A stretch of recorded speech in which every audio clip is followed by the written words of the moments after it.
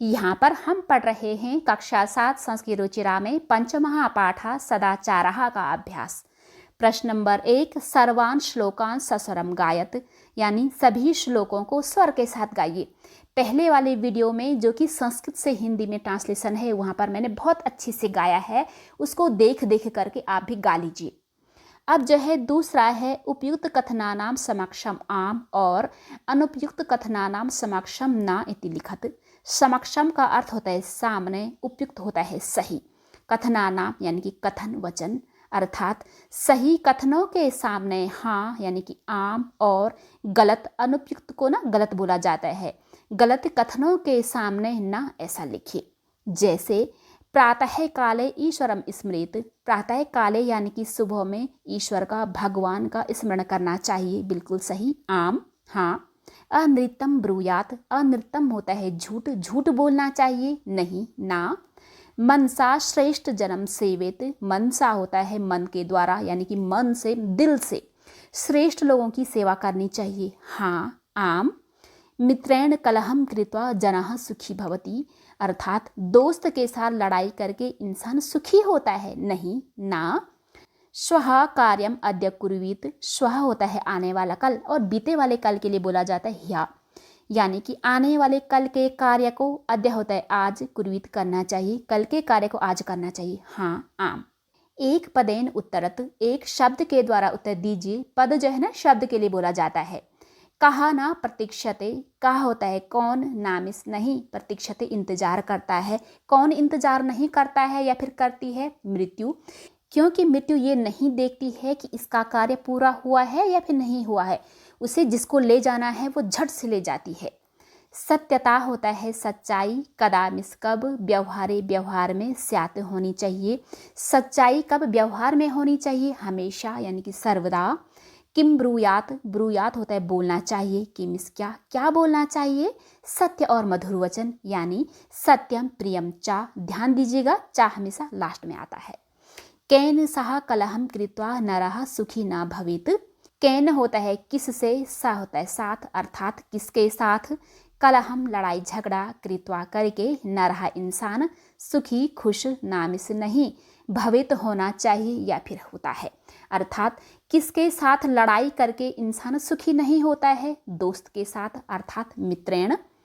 कहा महारिपुः, कहा होता है कौन, महारिपु महान दुश्मन। अस्माकम हमारे, शरीरे शरीर में, तिष्ठति उपस्थित रहता है। कौन सबसे बड़ा दुश्मन हमारे शरीर में रहता है? आलस्य यानी कि आलस्यम। रेखांकित पदानि आधृत्य प्रश्न निर्माणम कुरुत, रेखांकित पदानि यानी कि अंडरलाइन किए गए वर्ड्स को आधृत्य आधार करके प्रश्न निर्माणम, प्रश्न का निर्माण, कुरुत मिस करिए, रेखांकित शब्दों को आधार करके प्रश्न का निर्माण करिए। बच्चों यहाँ पर आपको एक बात हमेशा याद रखनी है, जिस भी शब्द का प्रश्नवाचक शब्द बनेगा उसमें जो विभक्ति और वचन लगा होगा ना, प्रश्नवाचक शब्द में भी वही विभक्ति और वचन लगेगा।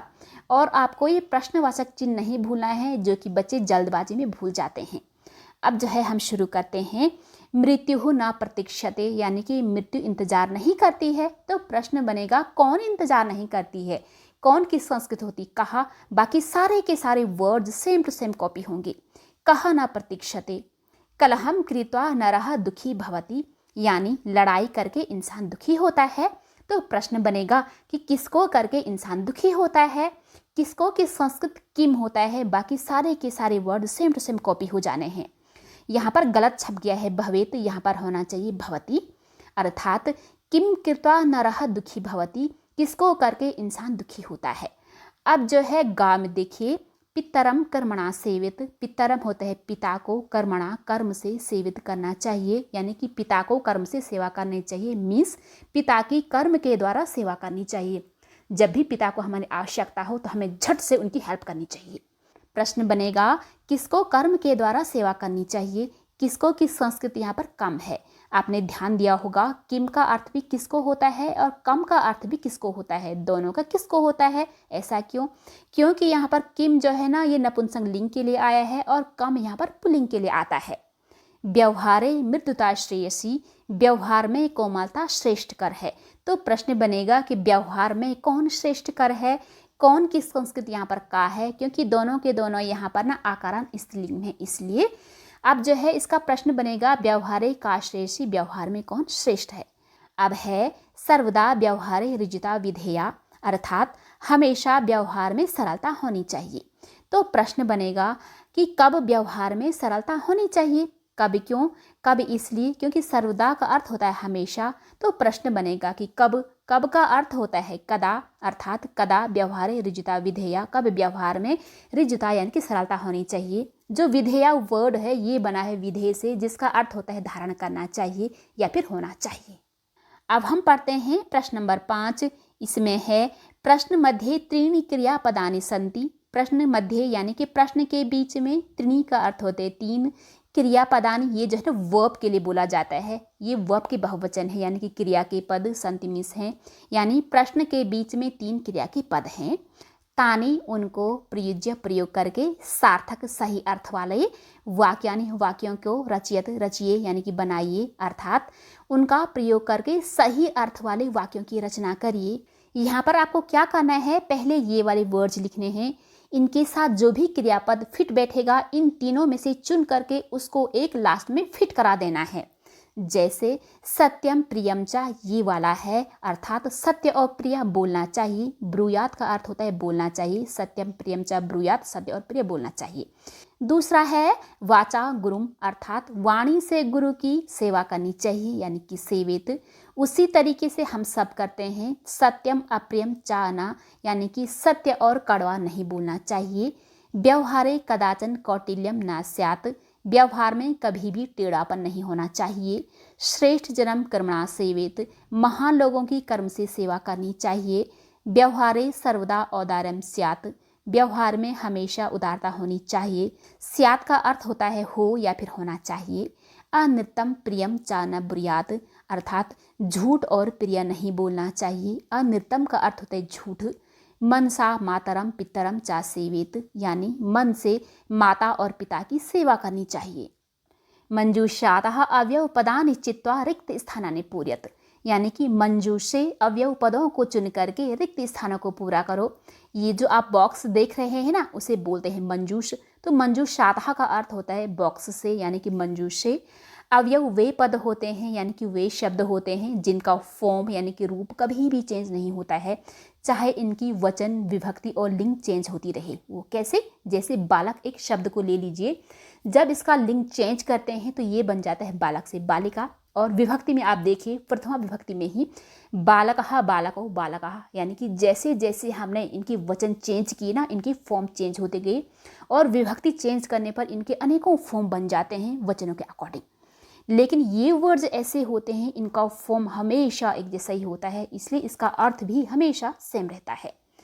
अब जो है इसको एग्जाम्पल से बहुत अच्छे से समझते हैं। भक्तः सदा ईश्वरम स्मृति, यानी कि भक्त हमेशा ईश्वर का स्मरण करता है। सत्यम ना वक्तव्यम, यानी कि झूठ नहीं बोलना चाहिए। वक्तव्यम का अर्थ होता है बोलना चाहिए, जिसमें भी लास्ट में ये माँ लगा रहता है उसका अर्थ होता है चाहिए। प्रियम तथा सत्यम वदेत, यानी प्रिय और सत्य बोलना चाहिए। लता मेधा चा विद्यालयम गच्छतः, यानी लता और मेधा विद्यालय जाती है। आपने ध्यान दिया यहाँ पर और के लिए चा आया है और यहाँ पर तथा आया है, दोनों का अर्थ यहाँ पर और आया है। जैसे कि यहाँ पर प्रिय और सत्य बोलना चाहिए, यहाँ पर लता और मेधा। ऐसा क्यों? क्योंकि तथा को हम नपुंसक लिंग के साथ यूज करते हैं और चौ को हम स्त्री या फिर पुरुष के साथ यूज करते हैं, जो कि सजीव वस्तुओं के साथ किया जाता है। अब जो है अपि है, अपि मिस का अर्थ होता है भी। कुशली यानी कुशल मंगल, भवान आप, यानी कि आप भी कुशल मंगल हैं। ये पूछ रहे हैं कि आप कैसे हैं, वो बोले कि मैं ठीक हूँ। वो दूसरे से कह रहे हैं कि आप भी कैसे हैं, मैं भी ठीक हूँ। बस ये उसी तरीके का है। महात्मा गांधी कदाचन अहिंसा न अत्यजत, यानी महात्मा गांधी ने कभी भी अहिंसा को नहीं त्यागा। अब हम पढ़ेंगे प्रश्न नंबर 7वां। यहाँ पर आप देखिए, चित्रम दृष्टवा, यानी कि चित्र को देख करके, मंजूषातः मंजूष से बॉक्स से नीचे जो है ना यहाँ पर बॉक्स दिया है वहाँ पे वर्ड्स दिए हैं उनकी बातें कर रहे हैं। पदानी का अर्थ होता है शब्दों को, चौमिस और प्रयुज्य प्रयोग करके वाक्यानि वाक्यों को रचियत मिस रचना करिए, अर्थात चित्र को देख करके और बक्से में दिए गए पदों को यूज करके वाक्य बनाइए। बच्चों एक बात आपको हमेशा याद रखनी है, जब भी आप वाक्य बनाएंगे तो सबसे पहले आप कर्ता को लिखेंगे, यानी कि जो काम करते हैं। यहाँ पर 2 कर्ता हैं, कौन कौन से? एक तो अध्यापक है और दूसरे ये विद्यार्थी हैं, यानी कि 2 टाइप के यहाँ पे कर्ता हैं काम करने वाले। उसके बाद आप कर्म को लिखेंगे, यानी कि जो काम वो कर रहे हैं या फिर जहाँ पर वो काम कर रहे हैं। और लास्ट में काम करने के लिए यानी कि वर्ब, जिसे हम क्रियापद बोलते हैं, उसको लिखेंगे। और एक बात, अगर कर्ता एक वचन में है तो वर्ब यानी कि क्रियापद भी एक वचन में ही होगा। अगर कर्ता बहुवचन में है तो क्रियापद भी बहुवचन में ही होंगे।